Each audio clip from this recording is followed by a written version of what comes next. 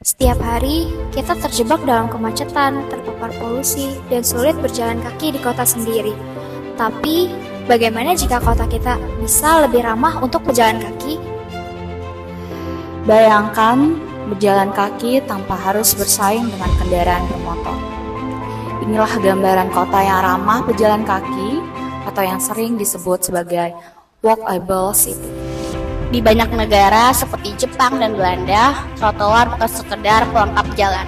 Mereka luas, bersih, bisa jelas dari jalur kendaraan, dan benar-benar digunakan sebagaimana mestinya untuk berjalan kaki. Walkable city bukan hanya soal estetik atau fasilitas modern. Ini soal bagaimana ruang kota dirancang agar manusia menjadi pusatnya, bukan kendaraan. Ketika berjalan kaki menjadi nyaman, aman, dan menyenangkan, kota pun berubah.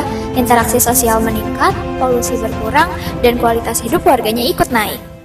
Jakarta, kota megapolitan yang terus tumbuh, tapi selalu menghadapi masalah.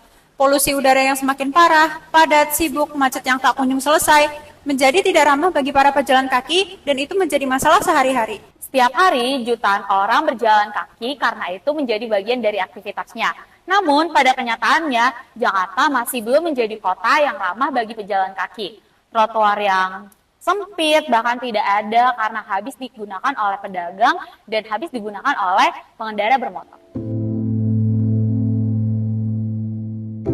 Lalu, siapa yang berdampak? Anak-anak, lansia, penyandang disabilitas, dan kita semua. Kita membutuhkan ruang aman untuk bergerak. Apakah mungkin Jakarta akan menjadi kota yang sehat dan ramah lingkungan tanpa bergantung dengan kendaraan bermotor?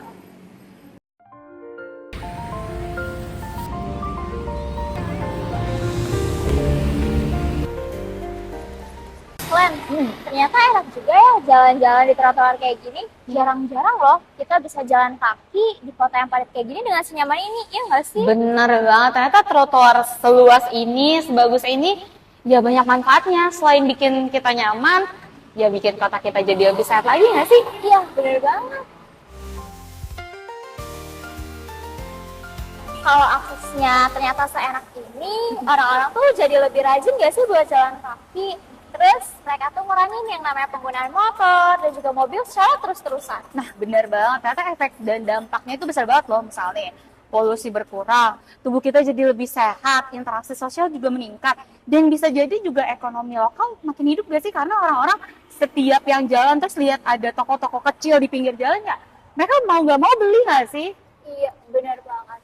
Terus ya, kalau kota kayak gini tuh ngajak kita buat kayak lebih santai sama lebih nikmatin momennya gak sih? Bener, karena ketika kota ramah pejalan kaki, jadi lebih manusiawi nggak sih? Dan ya kita nggak perlu terburu-buru dan tergesa-gesa lagi ya nggak sih? Iya, betul banget lagi. Bayangin kalau semua kota di Indonesia punya trotoar kayak gini. Nah iya bener, bukan cuma mimpi, tapi ya cita-cita yang mau kita wujudin bareng-bareng.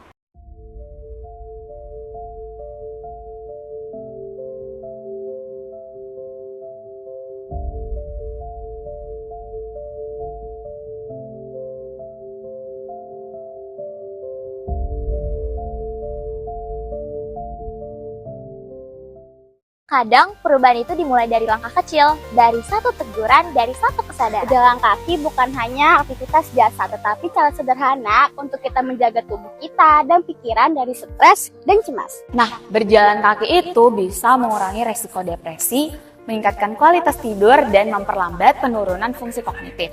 Tapi manfaat itu hanya bisa kita rasakan apabila lingkungan tempat kita berjalan itu terasa nyaman dan aman. Sayangnya, banyak pejalan kaki yang merasa terancam. Kebisingan, kendaraan yang mendominasi trotoar, hingga rasa tidak aman membuat kita ingin menjauh.